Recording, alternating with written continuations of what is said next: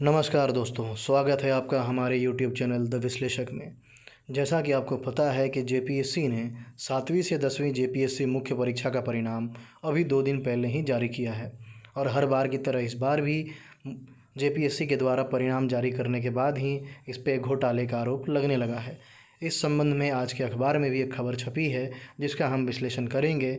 इसके साथ ही social media पर भी तरह तरह के आरोप लगाए जा रहे हैं।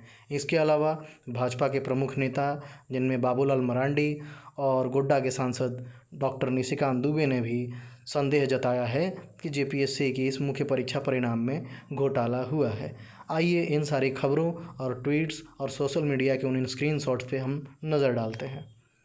ये पहला जो आपका खबर है ये आज के प्रभात खबर में छपा है, जिसमें आप देख सकते हैं कि रिज़ल्ट में गड़बड़ी का आरोप। पीटी में एक ही रूम से सफल 18 अभ्यर्थी मेंस में भी हुए उत्तीर्ण। सिविल सेवा मुख्य परीक्षा के रिजल्ट में भी छात्र नेताओं ने गड़बड़ी का आरोप लगाया है। छात्र नेता देवेंद्र नाथ महतो, उमेश प्रसाद व मनोज यादव ने कहा है कि पीटी में एक ही रूम में बैठे जो 18 अभ्यर्थी सफल हुए थे वे सभी मुख्य परीक्षा में भी उत्तीर्ण घोषित किए गए हैं। उनके रोल नंबर इस प्रकार से हैं। छात्र नेताओं ने कहा है कि आयोग ने कैटेगरी वाइज रिजल्ट नहीं दिया है। आयोग को शीघ्र ही कैटेगरी वाइज रिजल्ट और उत्तीर्ण अभ्यर्थियों की संख्या सार्वजनिक करनी चाहिए। इसके अलावा कट ऑफ मार्क्स भी जारी करना चाहिए। नेताओं ने कहा है कि रिक्ति के 2.5 गुना के आधार पर रिजल्ट देना था, लेकिन मुख्य परीक्षा में 2.5 गुना से अधिक 200 अभ्यर्थियों का रिजल्ट निकाला गया है।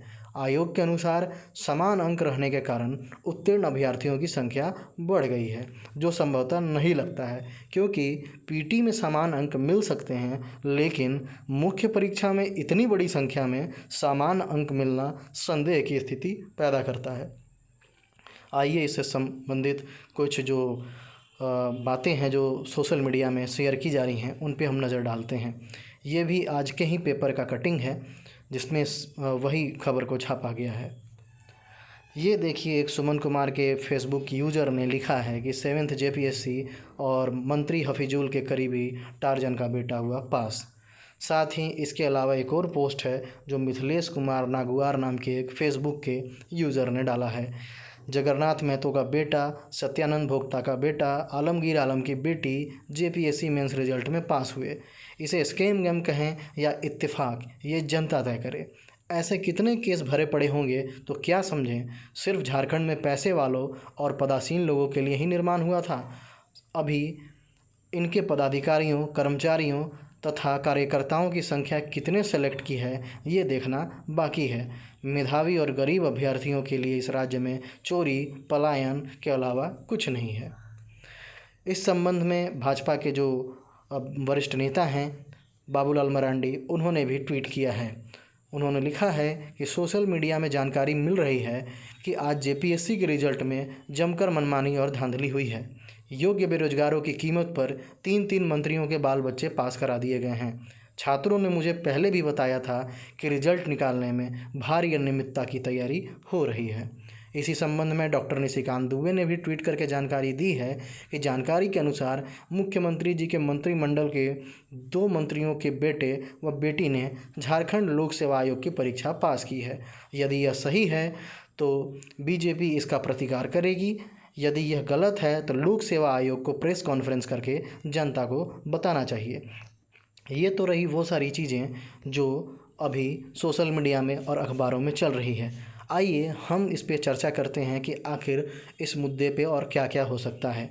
जैसा कि आपको पता है कि जेपीएससी ने इस जेपीएससी मेंस के रिज़ल्ट के बाद इसे अपनी उपलब्धि बता करके सबके सामने प्रदर्शित किया है कि हमने मात्र 8 महीने के रिकॉर्ड समय में ये रिज़ल्ट प्रकाशित किया। तो क्या इसे हम सही में मानेंगे कि इन्होंने एक कीर्तिमान हासिल किया कि 8 महीने में ही रिज़ल्ट को फाइनल कर दिया, या फिर ये एक हड़बड़ी थी जिससे स्कैम छुपाया जा सके कि जल्दी जल्दी सब निपटा दिया जाए ताकि स्कैम बाहर ना आ पाए। तो ये क्या है, इसमें कितनी सच्चाई है, कितना गलत है, ये आयोग को पूर्णतः सबके सामने बताना चाहिए। जैसा कि जेपीएससी पीटी में भी कई तरह के आरोप लगे थे जिसमें जेपीएससी ने शुरू में उन आरोपों को इनकार किया, लेकिन जब पुख्ता सबूत दिए गए तो बाद में सीरियली पास हुए कुछ अभ्यर्थियों को फेल कर दिया गया। इसके साथ ही अन्य तरह की समस्याएं भी सामने आई, जिसमें एक बार रिवाइज रिजल्ट जारी हुआ, जिसमें पीटी में सफल अभ्यर्थियों को मेंस से मात्र 2 दिन पहले ही असफल घोषित कर दिया गया। इस प्रकार के कारनामों के बाद भी जेपीएससी अपना पेट खुद थपथपा रही है और सरकार कह रही है कि हमने कीर्तिमान हासिल किया है 8 महीने में ही इस परीक्षा को कंप्लीट करा करके। अगर इसी को कीर्तिमान कहते हैं और इसी प्रकार से अगर आपको रिज़ल्ट देना है तो नोटिफिकेशन के साथ ही रिज़ल्ट जारी कर दिया जाए, क्योंकि किसका चयन होना है अगर ये पहले से ही तय है तो 1 महीना में ही रिज़ल्ट निकाल करके दुनिया में सबसे बड़ा कीर्तिमान भी जेपीएससी जो है वो हासिल कर सकती है। ये हमारा मंतव्य है। अगर इससे जेपीएससी इतर है और इस बात को नकारती है, इन अखबारों में छपी हुई खबरों को नकारती है, तो उसे पूरे पारदर्शी तरीके से सबका स्कोर, सबका marks, category wise result, cut off marks के साथ साथ जारी करना चाहिए। सबसे बड़ी संदेह की बात यह है कि कोई भी हम ये मान सकते हैं कि पीटी में कई अभ्यर्थियों को बराबर अंक मिल सकते हैं, क्योंकि पीटी परीक्षा में नेगेटिव मार्किंग नहीं थी, लेकिन मुख्य परीक्षा में कई अभ्यर्थियों को समान नंबर कैसे मिल सकते हैं, क्योंकि वहाँ पे तो सब्जेक्टिव पेपर था, वहाँ पे तो आपको मार्किंग करनी थी। किसी में 40, किसी को 40 में 20, किसी को 25, 21.5 कुछ भी मिल सकता था। सामान्य नंबर मिलना ये संदेह की स्थिति को पैदा करता है। खैर, जेपीएससी ने अभी तक तो पूर्णतः मार्कशीट जारी नहीं किया है। अब वो मार्कशीट जारी करेगी और साथ ही जो कुछ एक्टिविस्ट हैं वो आरटीआई के माध्यम से ये जो संदेहास्पद रोल नंबर हैं इनकी मुख्य परीक्षा की कॉपी अगर बाहर निकलवाएंगे और उसका मूल्यांकन देखेंगे, तभी पता चल पाएगा कि वाकई में इसमें स्कैम हुआ है कि नहीं है। लेकिन अगर इसमें स्कैम की बू आ रही है तो इस परीक्षा को अभी फ़िलहाल होल्ड करना चाहिए, इसे जांच करना चाहिए, फिर रिज़ल्ट जारी करना चाहिए। अगर किसी का भी एक भी सीट बेईमानी से अगर मारा जाता है तो वो अनैतिक है।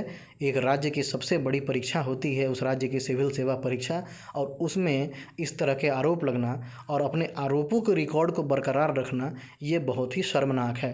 एक तरफ जेपीएससी अपनी पीठ थपथपा रही है कि उन्होंने रिज़ल्ट बहुत जल्दी जारी किया, लेकिन दूसरी तरफ इन सारे आरोपों से मुँह मोड़ी हुई है। क्या आप इन आरोपों का जो आपने कीर्तिमान खड़ा किया है इस पर अपना पीठ नहीं थपथपाएंगे? क्योंकि ये अपने आप में भी तो कीर्तिमान है कि हर स्टेज पर आपके ऊपर आरोप लगते हैं, हर स्टेज पर आप गड़बड़ी करते हैं, हर स्टेज पर इसमें आरोप लगता है कि कोई सीरियली पास हुआ तो किसी को बराबर नंबर मिल गया, तरह तरह की चीज़ें सामने आती हैं। तो आप 22 सालों में एक ऐसी मशीनरी भी नहीं बना पाए कि आप एक राज्य में जो सबसे उच्च अधिकारी जो राज्य के माध्यम से चुने जाते हैं उनका चयन का तरीका भी आप पारदर्शी, सामान्य तरीके से एकदम स्पष्ट बना पाएँ। अगर आप नहीं कर पाए हैं तो ये सरकार का सबसे बड़ा फेलियर है।